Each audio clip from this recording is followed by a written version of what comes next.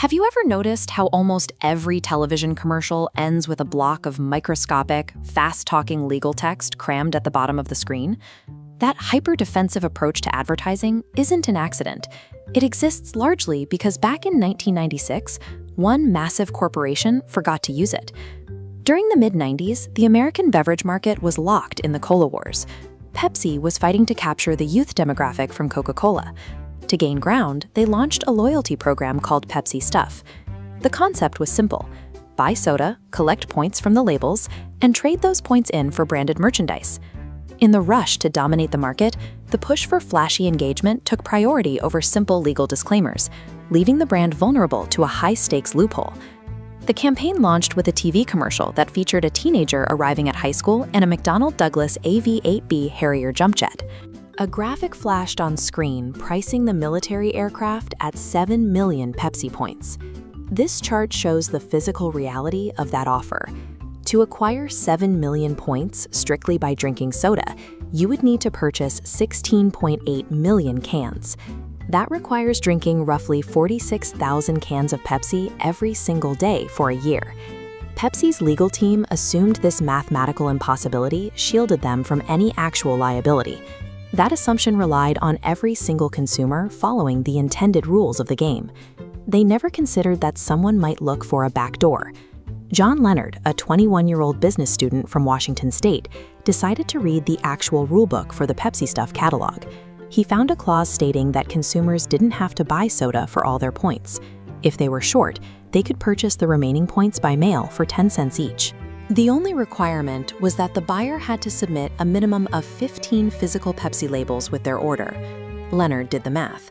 7 million points minus the 15 physical labels calculated out to exactly $700,050.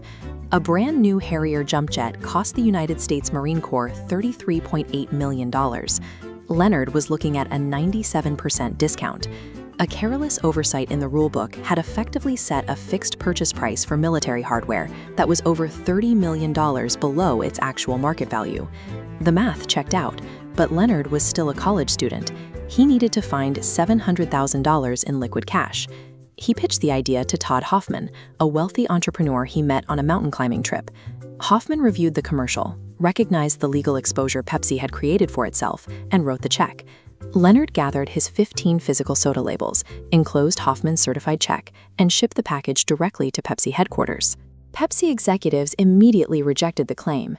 They returned the check, explaining the commercial was a joke, and no jet would be delivered. By submitting the exact funds required by their own catalog, Leonard forced a multi-billion-dollar corporation to legally justify their joke in a court of law. Pepsi went on the offensive, filing a preemptive federal lawsuit to have Leonard's claim declared frivolous. Leonard immediately filed a countersuit for breach of contract. As the case mounted, Leonard's team took on a 26-year-old law student who advocated for a highly aggressive approach outside the courtroom. This student wanted to launch a media smear campaign, hoping the negative press would shame Pepsi into paying a financial settlement just to make the story go away. That law student was Michael Avenatti. Years later, he would end up in federal prison for attempting to extort tens of millions of dollars from Nike using a similar strategy. Leonard and Hoffman refused to go along with the smear campaign. They wanted to win on the merits of the contract, drawing a sharp line between outsmarting a corporation and blackmailing one. The lawsuit eventually landed on the desk of U.S. District Judge Kimba Wood. To resolve it, she applied a core tenet of contract law: the objective reasonable person standard.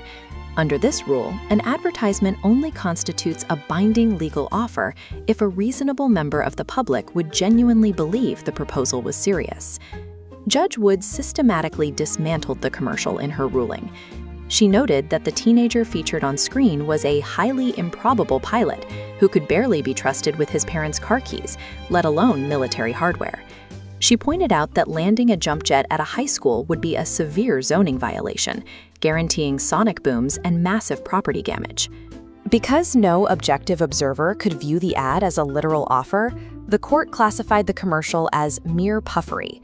Pepsi was legally off the hook. Despite winning in court, Pepsi suffered a public relations headache.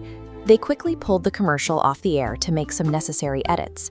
When the ad returned, the price was raised to 700 million points. Beneath the new price tag was an explicit disclaimer, "Just kidding."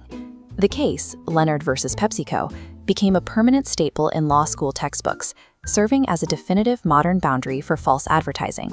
The case became a benchmark in contract law, establishing a clear boundary for what corporations are required to disclose. It serves as the legal backbone for the modern industry-wide practice of using microscopic fine print to explicitly define every joke as non-binding.